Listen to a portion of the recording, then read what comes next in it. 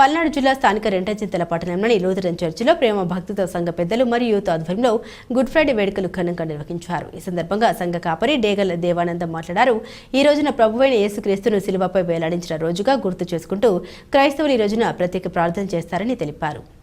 మరియు యేసుక్రీస్తు త్యాగాన్ని స్మరించుకుంటారని, అలాగే క్రైస్తవ జనులు కొన్ని రోజులుగా చేస్తున్న ఉపవాస దీక్షలు ఈ రోజున విరమిస్తారని, అలాగే కొన్ని ప్రాంతాల్లో గుడ్ ఫ్రైడే రోజున చర్చి నుండి శిలువ యాత్ర నిర్వహిస్తారని, ప్రజలు శిలువను మోస్తూ యేసుక్రీస్తు త్యాగాన్ని గుర్తు చేసుకుంటారని, యేసుక్రీస్తు త్యాగం ప్రేమ గురించి బోధించబడుతుందని ఈ సందర్భంగా క్రైస్తవ సంఘ పెద్దలు తెలిపారు.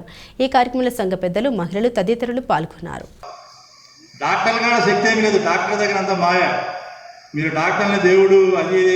లేకపోతే రాజకీయ నాయకుల దగ్గర పోయి నువ్వే దేవుడివి, నువ్వే నాయకుడివి అని చెప్పి అట్లా చెప్పబాకండి.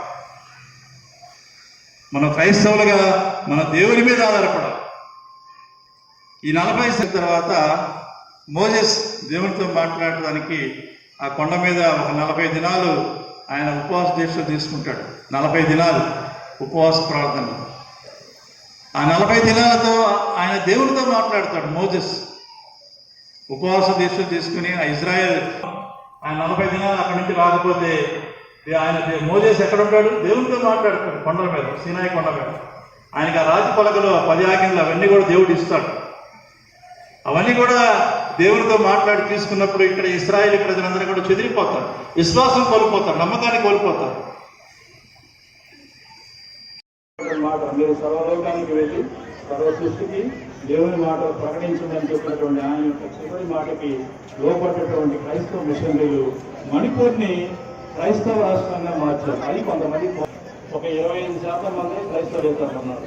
వాళ్ళ కోపం ఏంటంటే ఈ చర్చిలు ఏంటి ఇక్కడ ఈ కొండల్లో, ఈ మణిపూర్ రాష్ట్రం కేరళ లాగా క్రైస్తవ రాష్ట్రంగా మారిపోయిందని చెప్పి కోపంతో అక్కడ ఉన్నటువంటి నాయకులు టార్గెట్ చేసి అక్కడ క్రైస్తవ మీద దాడులు చేసి ఒక అయినటువంటి చివరి మాటలు, మీరు సర్వలోకానికి వెళ్ళి సర్వ సృష్టికి దేవుని మాటలు ప్రకటించాలి, సువార్తని ప్రకటించాలి.